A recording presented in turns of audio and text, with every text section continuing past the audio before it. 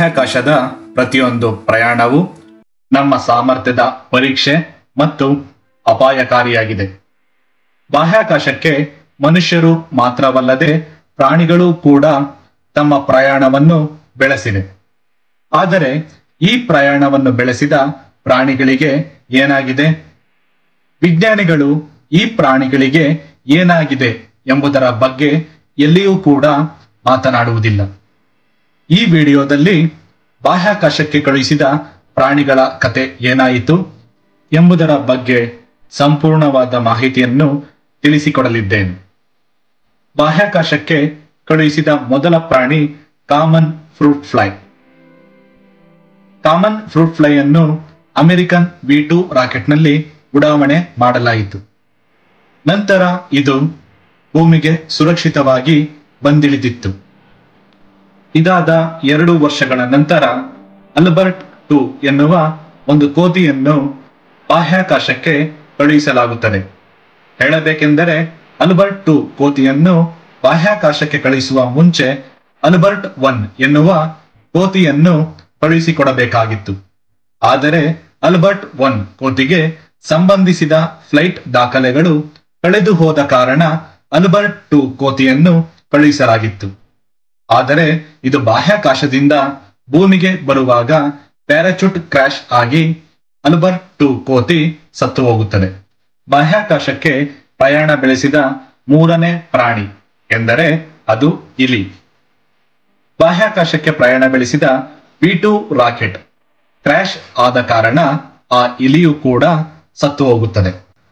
1951 July 22ರಂದು Soviet Russia ತನ್ನ rocket ಅನ್ನು 101 kilometre ಆಲ್ಟಿಟ್ಯೂಡ್ಗೆ ಹಾರಿಸಿತು.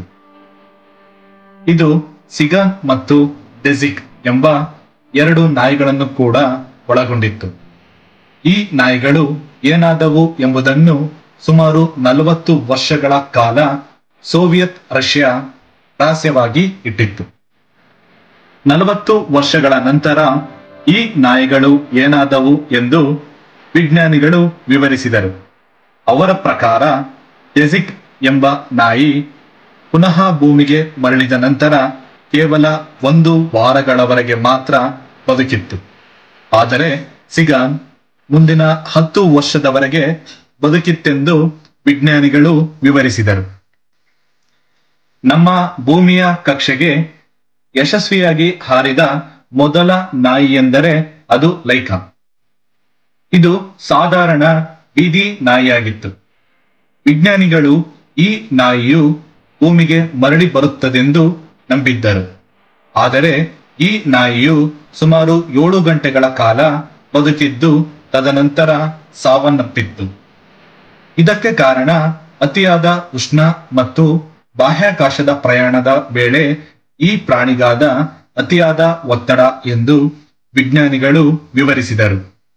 ಈ ವಿಷಯವನ್ನು ಕೂಡ ವಿಜ್ಞಾನಿಗಳು ಹಲವಾರು ವರ್ಷಗಳವರೆಗೆ ಯಾರಿಗೂ ಹೇಳದೆ ರಹಸ್ಯವಾಗಿ ಇಟ್ಟಿದ್ದರು.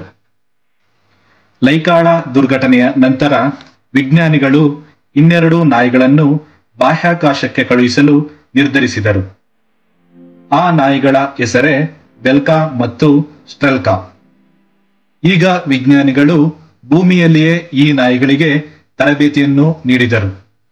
ತರಬೇತಿಯನ್ನು ನೀಡಿದ ನಂತರ ಈ ನಾಯಿಗಳನ್ನು ಬಾಹ್ಯಾಕಾಶಕ್ಕೆ ಕಳುಹಿಸಲಾಯಿತು. ಈ ನಾಯಿಗಳು ಬಾಹ್ಯಾಕಾಶದಲ್ಲಿ 25 ಗಂಟೆಗಳ ಕಾಲ ಕಳೆದು ಭೂಮಿಗೆ ಯಶಸ್ವಿಯಾಗಿ ಹಿಂದಿರುಗಿದವು. ಈ ರೀತಿ ಏಕೆ ಪ್ರಾಣಿಗಳನ್ನು ಬಾಹ್ಯಾಕಾಶಕ್ಕೆ ಕಳುಹಿಸಲು ವಿಜ್ಞಾನಿಗಳು ಬಳಸಿಕೊಂಡಿದ್ದಾರೆಂದರೆ ಈ ಪ್ರಾಣಿಗಳಿಗೆ ಸುಲಭವಾಗಿ ತರಬೇತಿಯನ್ನು ನೀಡಬಹುದು ಮತ್ತು ಈ ಪ್ರಾಣಿಗಳು ಯಾವುದೇ ಸ್ಥಿತಿಯನ್ನಾದರೂ ಕೂಡ ಸಮರ್ಥವಾಗಿ ಎದುರಿಸುತ್ತವೆ ಎಂಬುದಾಗಿತ್ತು.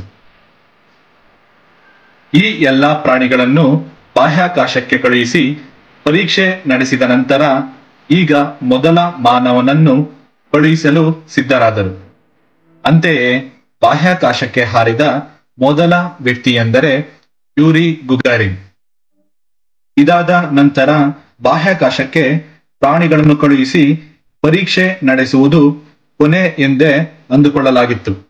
ಆದರೆ 1969ರಲ್ಲಿ ಬಾನಿ ಎಂಬ ಕೋತಿಯನ್ನು ಮತ್ತೆ ಬಾಹ್ಯಾಕಾಶಕ್ಕೆ ಕಳುಹಿಸಲಾಗಿತ್ತು.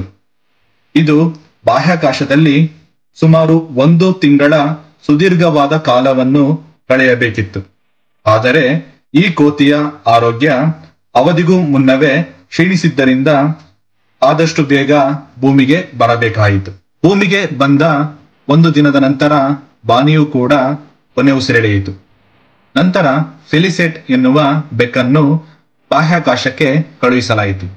ಇದು ಬಾಹ್ಯಾಕಾಶಕ್ಕೆ ಹಾರಿದ ಮೊದಲ ಬೆಕ್ಕಾಗಿತ್ತು.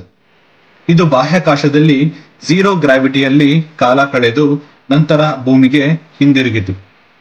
ಇದು ಕೂಡ ಭೂಮಿಗೆ ಬಂದ ಕೆಲವು ದಿನಗಳ ನಂತರ ಸಾವನ್ನಪ್ಪಿತು. ಹೀಗೆ ಬಾಹ್ಯಾಕಾಶಕ್ಕೆ ವಿಜ್ಞಾನಿಗಳು ಹಲವು ಪ್ರಾಣಿಗಳನ್ನು ಕಳುಹಿಸಿದ್ದಾರೆ. ಅವುಗಳು ತಮ್ಮ ಜೀವವನ್ನು ಕಳೆದುಕೊಂಡಿದ್ದರೂ ಸಹ ಈ ಪ್ರಾಣಿಗಳ ಸಹಾಯದಿಂದ ವಿಜ್ಞಾನಿಗಳು ಮಹತ್ತರವಾದ ಮಾಹಿತಿಯನ್ನು ತಿಳಿದುಕೊಂಡಿದ್ದಾರೆ. ಇದು ಬಾಹ್ಯಾಕಾಶಕ್ಕೆ ಬಂದ ಪ್ರಾಣಿಗಳ ಕತೆ. ಮತ್ತಷ್ಟು ರೋಚಕವಾದ ವಿಚಾರಗಳೊಂದಿಗೆ ಮತ್ತೆ ಮರಳಿ ಬರುತ್ತೇನೆ. ವಿಡಿಯೋ ವೀಕ್ಷಣೆಗಾಗಿ ಧನ್ಯವಾದಗಳು.